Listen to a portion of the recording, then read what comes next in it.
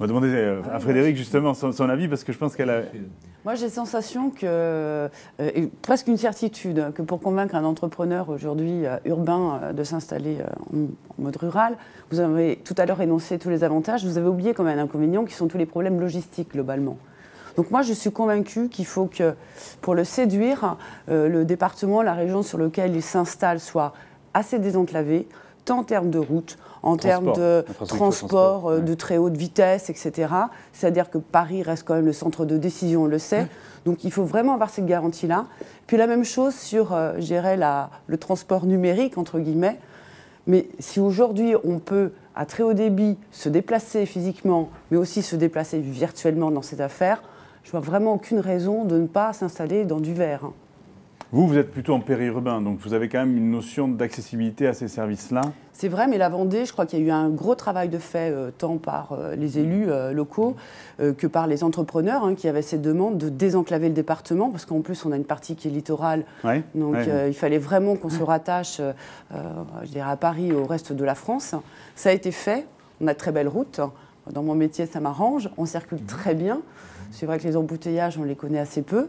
Mais aujourd'hui, on a besoin peut-être encore d'être plus proche de Paris en train, peut-être plus proche aussi des centres urbains sur des axes pour traverser les fleuves qu'on a à faire. On a ces besoins-là. Et puis, le très haut débit, moi, je l'attends avec impatience. Puisqu'aujourd'hui, sans ces outils-là, je ne peux pas travailler. Mon entreprise s'arrête. Donc, si elle pouvait aller encore plus vite, être encore plus productive, parce que être sur des réseaux plus rapides, moi, je suis preneuse.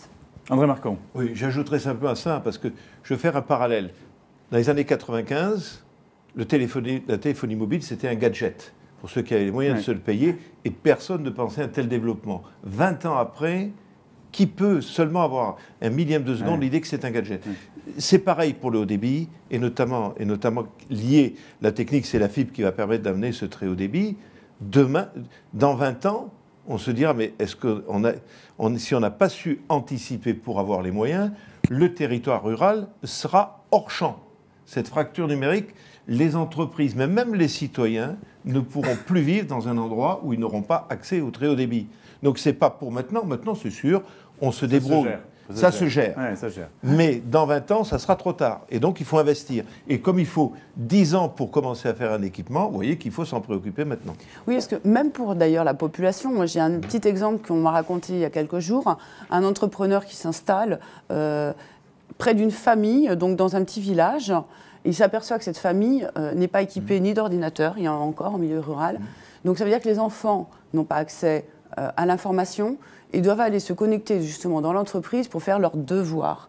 Donc aujourd'hui, il faudrait déjà, on n'en est plus au papier au crayon, il faudrait équiper tout le monde, garantir justement un accès, et ça devient indispensable, même pour les populations. Alors on entend bien, en tout cas, c'est le levier technique de développement des territoires ruraux. C'est une chance en plus. Oui, c'est une chance. Bien sûr que c'est une chance. Et puis ça permet de faire partie justement à la même vitesse du reste du monde. Mais est-ce qu'il y a d'autres leviers pour justement développer cet investissement en territoires ruraux? On a des leviers, mais je veux juste une petite incidence sur cette notion-là. Je crois que dans notre pays, là où on fait fausse route, c'est qu'on pense qu'on peut régler les